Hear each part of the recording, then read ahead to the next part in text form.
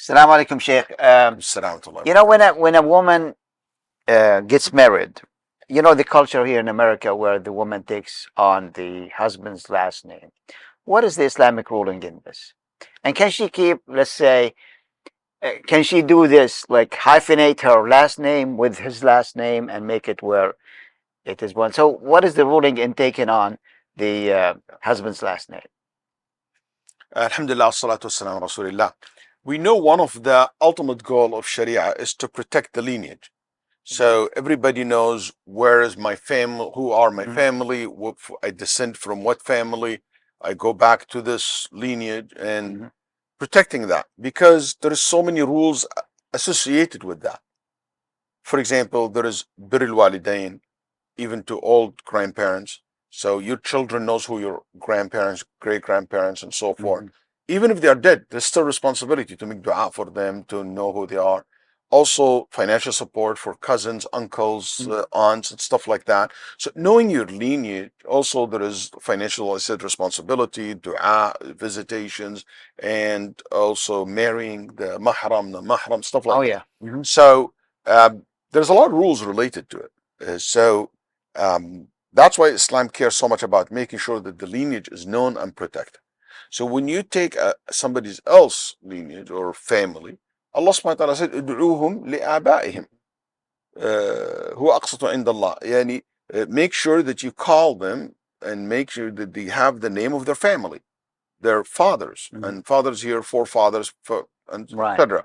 So when you say, for example, my wife would say, "Hi, my name is so-and-so Basyouni."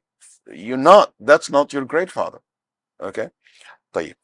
If this is the case, we say also Nabi sallallahu alayhi wasallam said, في البخاري ومسلم, whoever claim himself to a tribe that is not from it should not expect a place except a place in hellfire, or expect a place in hellfire for yourself.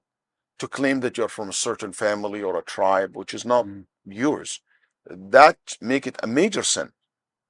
And it says hadith in Bukhari Muslim. There's many other hadith very, very strict in the wording about not to call yourself or to claim a father to you who's not yours, or a family that is not yours.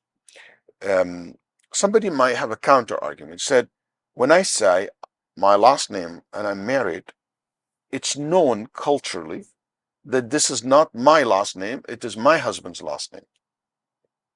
Okay? So I'm not really, nobody understand that this is my grandfather. So these ahadith not applicable to our situation here. And I understand that, but that's why I'm not going to categorize it like the same categorization of a major sin, like someone claimed to be from a family that he doesn't belong to. But still, there is something not correct here. First, that's not the way Islam also has a culture, has to be respected and adopted in certain area. And part of it, the issue of naming, and the issue of naming and how the family structure are,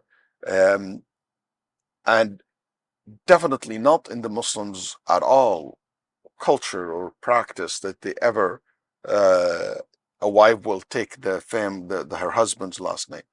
As a matter of fact, if you trace back why wife would take last name, you might be surprised the history behind it. And for us, we believe when you marry this man, you don't take his last name. He doesn't own you. You still have your entity. You still have your family. You still have your, and your children need to know who you are and what kind of family you came from. And many times she's just forgotten where this woman came from and became like, very strange. Like I've seen people, for example, who are not Arabs, but they have a very Arab last name, okay, or Indian last name, and they're not. And I said, how did you end up with that? Oh, I used to be married to someone who's that. Even not married anymore, but you still have that. Yeah. It costs money to keep the last name and stuff like that. Right. So how can you justify that?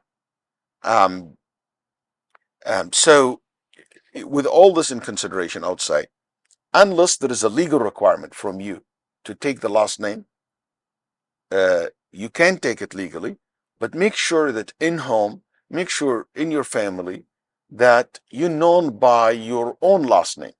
Mhm. Like I know sister in the masjid. I don't know what's their family last name. I know their husband's last name, and they call them after their husband's last name. Mhm. So they are forgotten. But if you're gonna do that, make sure that at least known to the people, to the friend, that the daily use is your own name. Right. Okay.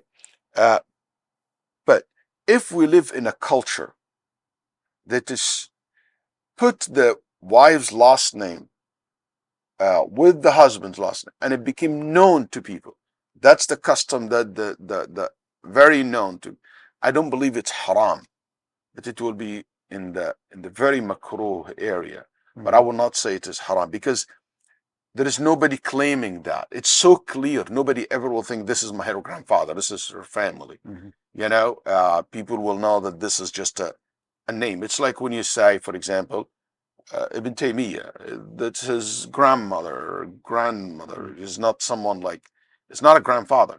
You know what I'm saying? So it is very known that this is not a lineage. It's very known that this is not a family name. Mhm. Her own family or her tribe or her family came from. Um, that's what I stand on this issue. All right. Jazakallah khair, Sheikh.